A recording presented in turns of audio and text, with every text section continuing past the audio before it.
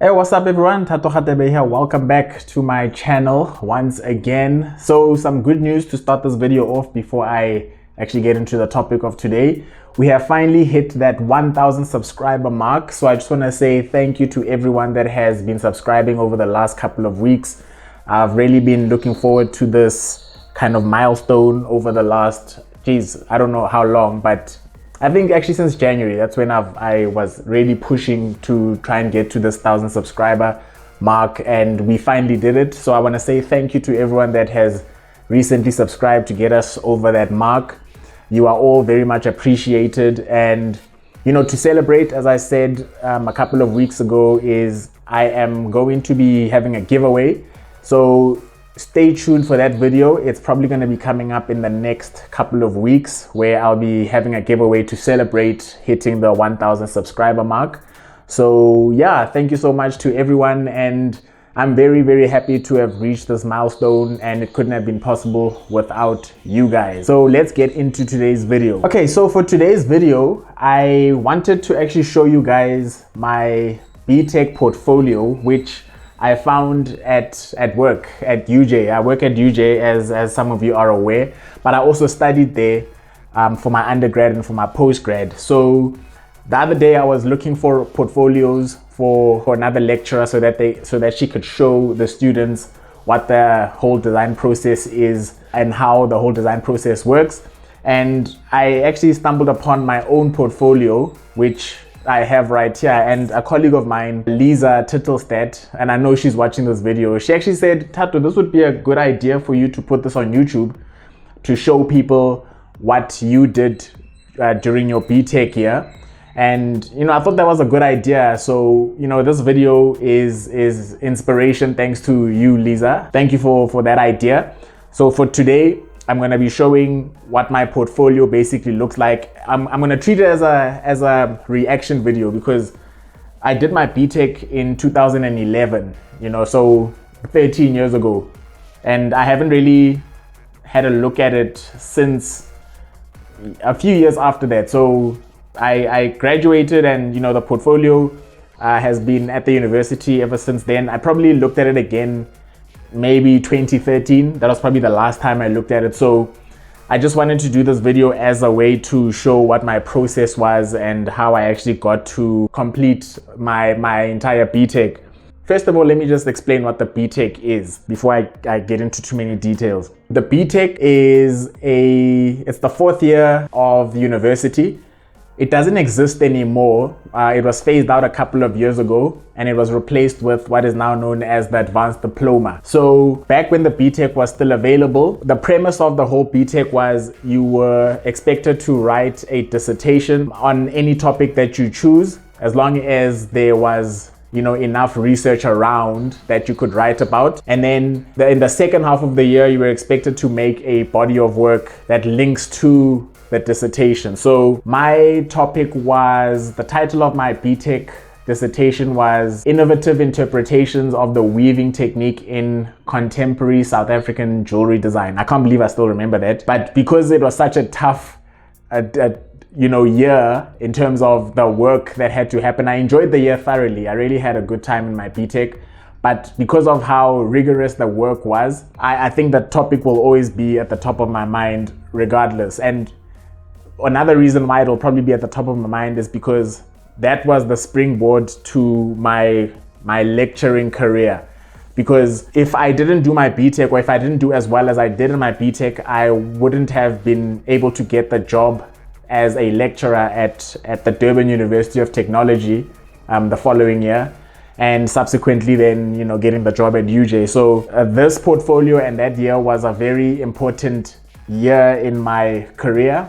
So, you know, this portfolio and the topic and just weaving in general means so much to me. So all the more reason that I'm so happy that I was able to find this portfolio. So without wasting any more time, let's get into this portfolio so that you can see what it is that I got up to. Okay, so as I said, the BTech, I did it in 2011, and yeah, we had to put together a portfolio.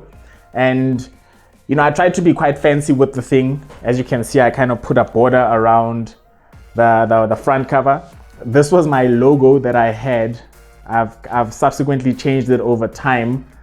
This was my personal, I wanted to use this as my business logo, but I have now adopted it and changed it slightly so that it looks a bit more cleaner and more refined. And I'll show you what that looks like right now. And yeah, so here's my name. It's Thato Radebe, it's written over there. And you can see it's BTech September, October 2011 final portfolio. So that's when we had to submit the portfolio over there. And my name, that's my student number. I'll just blur that out so that, you know, I do not have my identity stolen. So if I flip over, you can see the contents page. I actually ended up making 16 pieces in my BTech year. And this is basically the content page of what each of the pieces and the individual steps that I did in order to get to these individual pieces. I start with my project inspiration up until I get to the display rendering, which happens at the very end. It's quite a thick portfolio. You can see just how thick this thing actually is. And you know, this was a full year, a body of work, basically from January up until, as I said, September, October of that year. Okay, so let's just flip. Let's see what's on the next page. Project description. So design and manufacture 16 jewelry pieces utilizing weaving as the inspiration. You know, my lecturers are there, and then the aim of the project, and that's all. There's nothing exciting there. Let's just flip over to the next page, which is over here. So yeah, so this was my inspiration. What did I write? Let's see, weaving is a textile craft. You know, I'm not gonna go into too much of that, but this is basically where I started my inspiration, talking about what weaving is, talking about the ancient traditional cultures of weaving and the process and terminology. And this is just an inspiration of how weaving was basically done.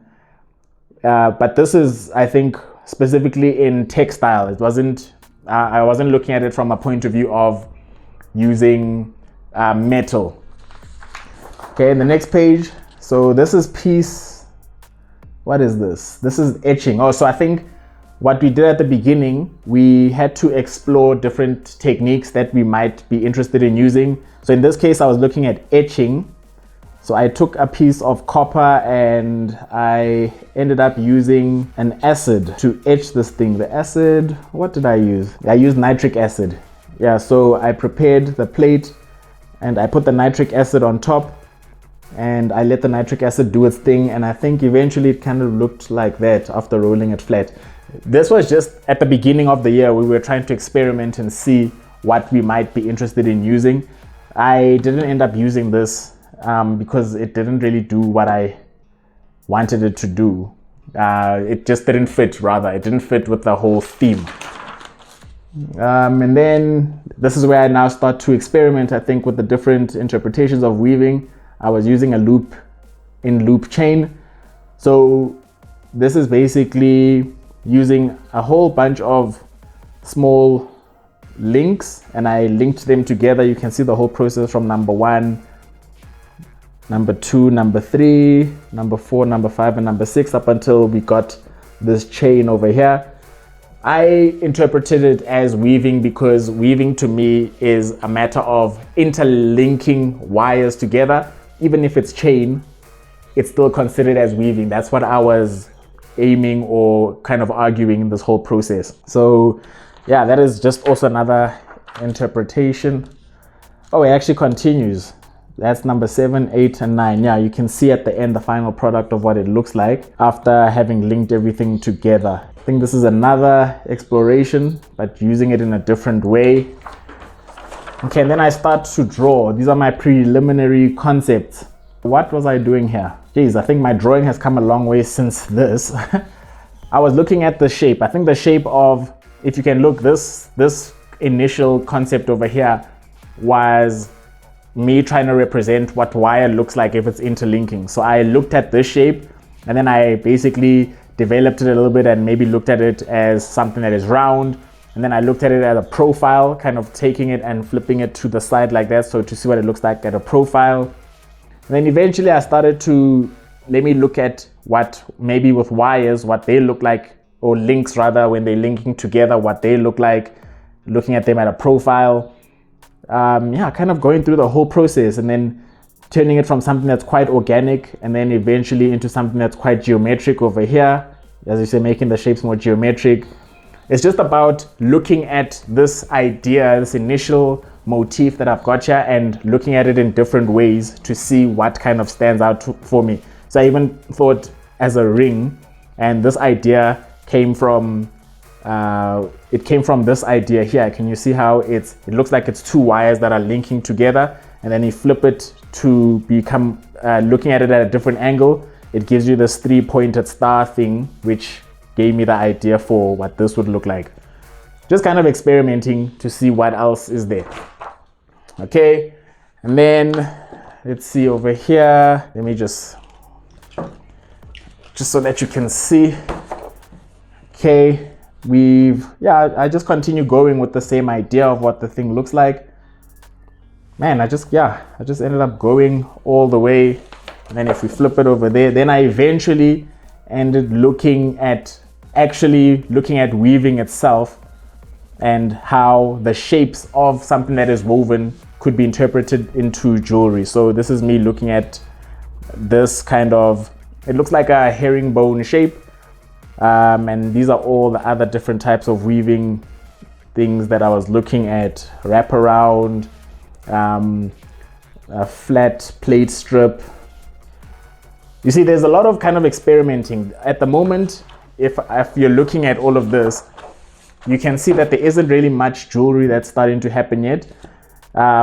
You're just basically expected to come up with an idea or a concept. And then from that concept, see what kind of jewelry pieces can come from that. So I ended up, this is similar to what I started off with at the beginning. I kind of ended up with this shape, and I was exploring this shape quite a bit. Because again, it looks like woven, it looks like a piece of wire that's kind of wrapped around to look as if it's woven. And yeah, as you can see, this is me kind of exploring the different shapes of this different motif over here, and it just keeps going and going. Eventually, now I'm starting to maybe look at it as a ring. Funny enough, this shape, you'll see, this is something that I ended up implementing. You can see I've got it on fingers. I ended up implementing this shape in a few of my pieces, which you'll see pretty soon. Yeah, it just keeps going, man. It just all keeps going like that. Let me not spend too much time, but you can see I spend a lot of time just doing this. Eventually, you see there's just all these, let me just flatten this out. I want to get to a point where you'll end up actually seeing the pieces, what they look like. But this is all still very exciting actually. Let me just show you some more. You can see it's starting to, I'm basically taking that shape and I'm going on and on with it up until it gets to a point where I can see what kind of piece I'm looking for. And it's all very contemporary. We've spoken about contemporary before on the channel. It's not commercial stuff that you'll see on your everyday jewelry stores. It's basically experimental pieces and kind of thinking about jewelry in a different way. See, I'm still exploring the shape. It keeps going. And then even at this stage, I ended up looking at it from a geometric point of view using wire, triangular wire maybe. I've even put a wire mesh on the inside. It could have been a neck piece. It's just quite a lot of things. This is bringing back quite a lot of memories, And then eventually, like I was saying, so this shape again, there's that shape that I was speaking about earlier on. What I write here, rings constructed from a single 3mm thick wire. The shape is something that I really did explore and looked at quite a bit. I kept going there up until eventually, this was the manufacture process. Let me show you this. Remember I showed you that initial piece earlier on, it didn't have the weaving in the center there. Eventually I thought I could maybe add some weaving on there to make it look like, it's this thing that's this thick piece of wire as the ring, and then I've got the weaving on there. eventually I ended up on this kind of a concept. As you can see here, I've got my actual frame of the ring, the shank, and then I've got the woven in the section on the inside over there, which is what that is representing. And then at some stage after all of that, this is me now making the actual piece. I'm showing you the whole manufacture process of piece number 1. You can see there I've got my 3mm round wire over there. This is me hammering it to get it to the shape. You can see what the shape is starting to look like over there. And then these are, you can see image number 4 and number 5. I made 2 of these. You can see how the shape is basically similar to what my concept was at the beginning. Up until, it goes there. I've got this is now me starting to make the weaving itself. I've got my wires inside my device, and then I end up doing the whole weaving process, which you guys have seen on the channel before, up until I ended up with that. This is inside the swage to try and get it to look more rounded. Yeah, and then there it is. You can see now I've got the outer shape and then the weaving on the inside, up until I've got the 2 rings here. I just made a set of 2 so that they look similar. I end up actually also making this as 2 rings that are similar like this, that are interwoven to each other. So I took weaving to that next step where I've got weaving, but now I've got the rings that are woven together as well, which I thought was pretty cool.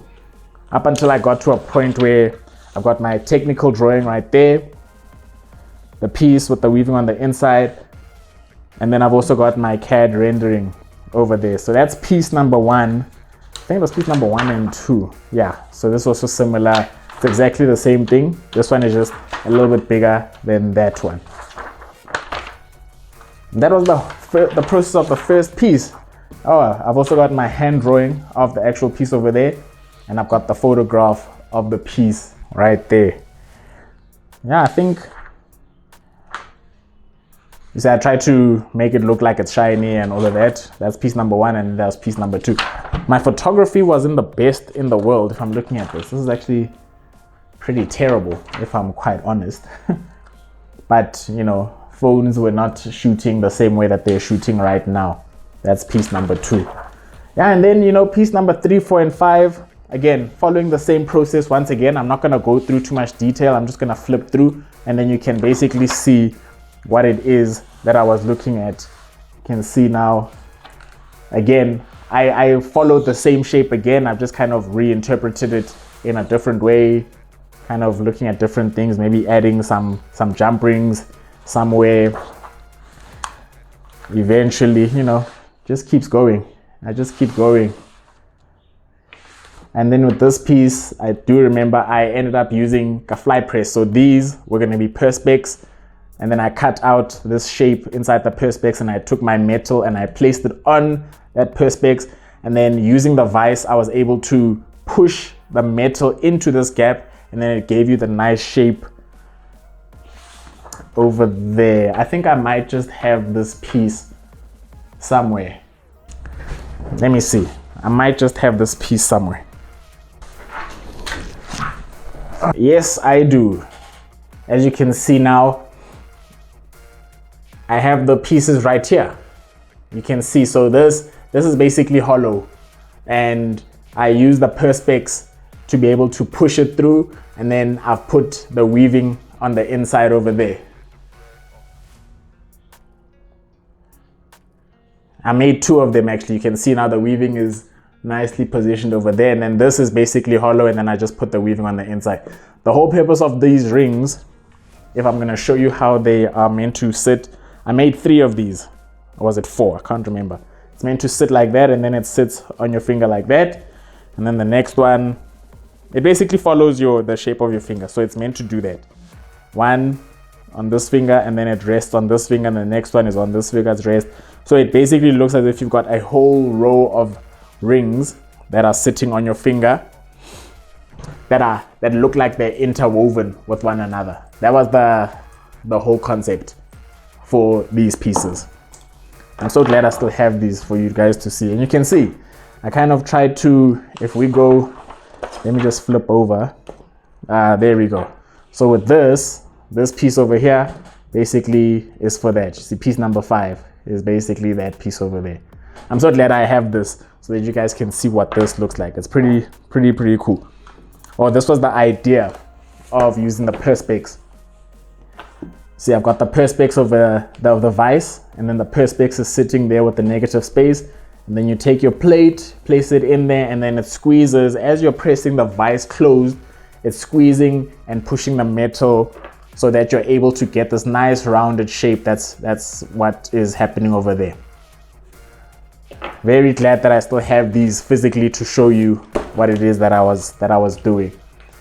And yeah, this is the manufacture process. To explain it even further, you can see the perspex that I was talking about, and then I cut it out, and then there is the metal that I was referring to that I put in here as a negative space so that I am able to squeeze it, and then it fits in where this gap is that I've cut in the perspex.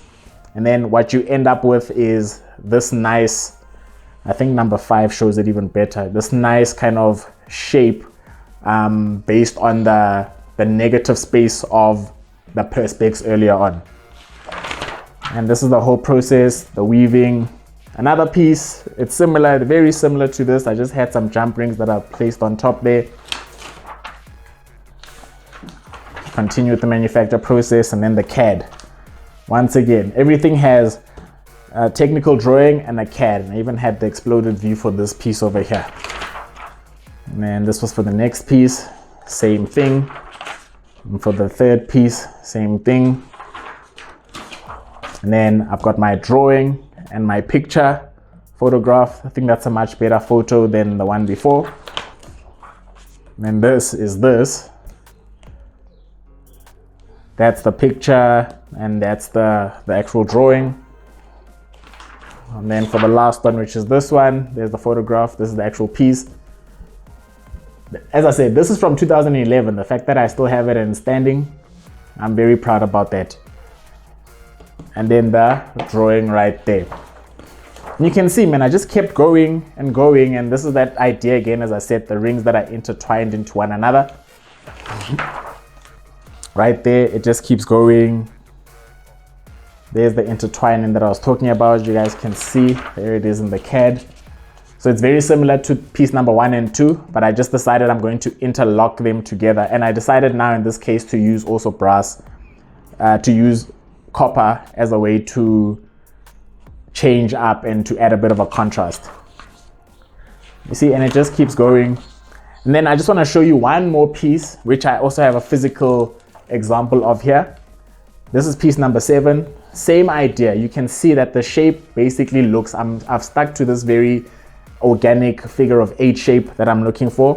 What I did is I took 2 of the wires and I put them in the doming block, and I domed them to give them a nice rounded shape, as you can see here. And those rounded shapes are then soldered together so that it looks like one thing, right? Like a figure of 8. And of course, I did the weaving. Eventually, I got to a point where I took the weaving. Here's the piece right here. I took the weaving and I put the weaving directly onto where this figure of 8 is. You see, it's a great example of what it is that I was talking to you about there, that I've got this nice figure of 8, and then the weaving is sitting nicely in there. It's a bit tarnished right now. The pieces are, of course, 13 years old, but if I had to polish them, they'd look very nice and new. So this ring right here, it basically sits like that. You can wear it in any which way. Probably the most comfortable way would be probably like that. You see, and it kind of flows, maybe even the other way. It really doesn't, it really doesn't matter which way you're wearing it, as long as you are able to be comfortable and wear the thing nicely. So that's this piece right here. I think that would be the last one that I wanted to show you. I made a bangle version of the same thing, you know, and as I said, it just keeps going. If I was going to show you everything, I'll just page through now very quickly. If I was going to show you everything that I've made, like in extreme detail, there's the piece right there. I liked this drawing. I think I did this well. If I was going to show you everything in complete detail, I'd be spending a very, very long time on here, because as I said, this is now basically a year's worth of work. and it was very rigorous and it took some time, and you know, I spent a lot of time kind of putting this thing together and also thinking about different ways of interpreting weaving, as I said, because it is innovative interpretations of weaving. So eventually, you know, I ended up finishing the year very successfully.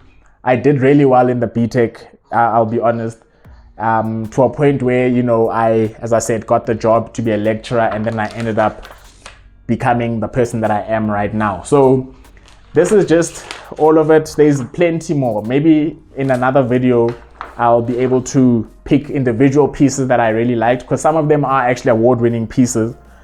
Maybe in another video, I'll be able to go into a bit more detail and show you guys what my individual inspiration was for each of these pieces. Because as I say, I can speak about this stuff all day. I just thought it would be really cool to show you exactly what it is that I was doing in my BTech, and to show that, you know, the qualification that you see behind me, I've got 4 qualifications behind me that I really did work hard to get these, and it wasn't something that, you know, came very easy. I think it's similar to say with anything in life. If you really do want it, you'll really put the effort in and it'll be worth it at the end. So I think I'll leave it at that for now.